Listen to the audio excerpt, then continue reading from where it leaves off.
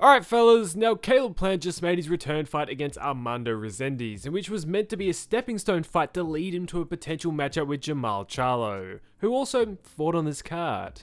Plant and Charlo were on a collision course, which no one thought could be stopped, yet Reséndiz showed up and ruined the party, throwing another incredibly high potential fight basically down the drain. So we need to talk about what just happened, the fight itself, and the all-important question of, well, what's next? But just quickly, if it's your first time here, my name is Cloister, and I make boxing videos to keep you informed, so make sure to subscribe and I will always keep you in the loop. Now, the whole point of this event was to line Caleb Plant up with Jermall Charlo for that big money fight. Looking at their opponents on paper, they had most of us thinking it was going to be a fairly easy night for the pair. To give a bit of context, Charlo and Plant have been beefing for a while, ever since Plant slapped Charlo a little while back, and since then the heat has been on to make this fight happen. Why they didn't just go straight into it? I have no idea. Yet PBC took a page out of the Saudis' recent endeavours, and set up this sort of warm-up event which would set up the main fight. Although if you watched any of these Saudi events recently, such as the Day of Reckoning or the Times Square card, you would realise that these cards often don't go exactly to plan. Over-marinating fights like these in recent times has been a major problem, and it was just simply another case of it here. So what happened? Let's talk about the fight. Now, Plant started the fight strong. He used his jab effectively, controlled range in the early rounds. Through rounds 1 to 3, he boxed pretty well off the back foot. He landed clean shots and kept Reséndiz at bay. But by round 4, although Plant still looked composed, Reséndiz began to have moments of success, landing inside shots, and he started pushing that pace. And from round 5 onwards, the tide really shifted. Reséndiz ramped up that pressure, attacking the body and landing short hooks in close. Plant, he started to tire, relying on single punches and clinching when possible. By round 7, the crowd really started to get behind Reséndiz, and he clearly took control, walking Plant down and landing clean, unanswered combinations. Plant's legs would buckle from a left hook in round 8, and his work rate drastically dipped as Reséndiz continued applying relentless pressure.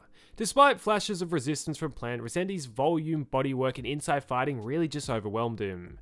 In the championship rounds, Plant was bleeding from his eye and was unable to stop the onslaught, and Reséndiz closed strong, winning the late rounds pretty decisively. One thing important to note though was Reséndiz was headbutting a lot. It was surprising he didn't get a point taken away, but he still clearly did enough to win.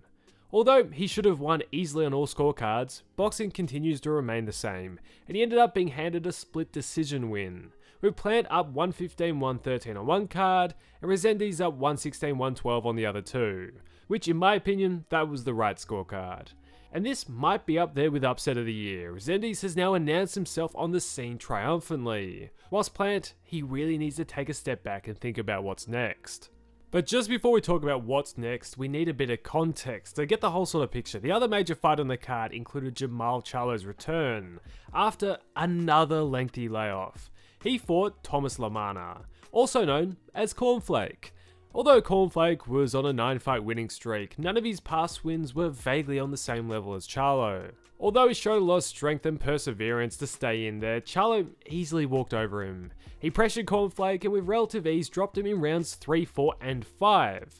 Although Cornflake fought back, his perseverance just wasn't enough, and the ref waved off the fight as per direction of the doctor. So Charlo got the win, Plant didn't. What's next for everyone involved?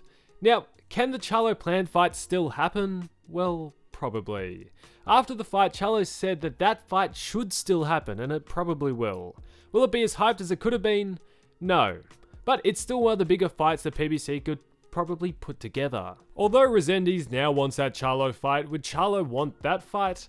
Hey, probably not. It's hard to get Jermall in the ring. Try to get him in the ring against a live young challenge? It's probably not going to happen. Although Charlo looked exceptional, even coming off an 18-month break, I wouldn't have faith that he could make a proper title run. Do you see him consistently fighting to the point where he gets a Canelo fight? I don't really. But hey, both of the Charlo's world has been full of drama recently, and I hope to see them get back on top, but do I think it's going to happen? I don't reckon so. And if Charlo truly wants a shot at the belts, he's going to have to get through Canelo. And I don't think a fight with Jermall would be on Canelo's radar at all. Even though, once upon a time it was, not that long ago. Jermall claimed post-fight that he wants this fight with Canelo now, But if he truly wants that fight, the easiest path would be through Reséndiz, as he would pick up the WBA regular belt, which was up for grabs in the Plant fight. With Reséndiz's regular WBA belt, it would be easier to try force a mandatory. Yet I gotta say, I really hate these regular belts. They were meant to be going away, but they seem to have been making a comeback in a big way. Having a regular and a super champ only confuses all the fans. Like, who's the real world champion? I don't think we need 4 belts and 2 champions in each division. But at least it's only the WBA doing it at the moment. So for Charlo, it's either fight Plant for the money or fight Reséndiz and try to grab his belt.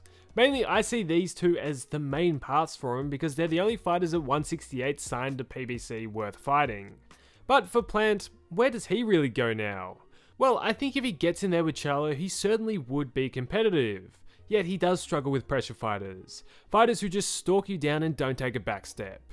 Against Mexican style fighters, Plant is 0-3. And against Charlo, although his style isn't Mexican, it's gonna be much of the same. He doesn't like that pressure. It would be an entertaining fight, and an entertaining promotion. And probably the biggest fight Plant could currently make.